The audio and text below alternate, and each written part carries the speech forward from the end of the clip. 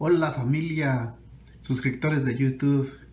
Nos fuimos al restaurante de nuestra amiga dominicana Grechi Suazo a disfrutar de su comida y de su lugar. También nos deleitó con unas canciones y nos la pasamos muy bien.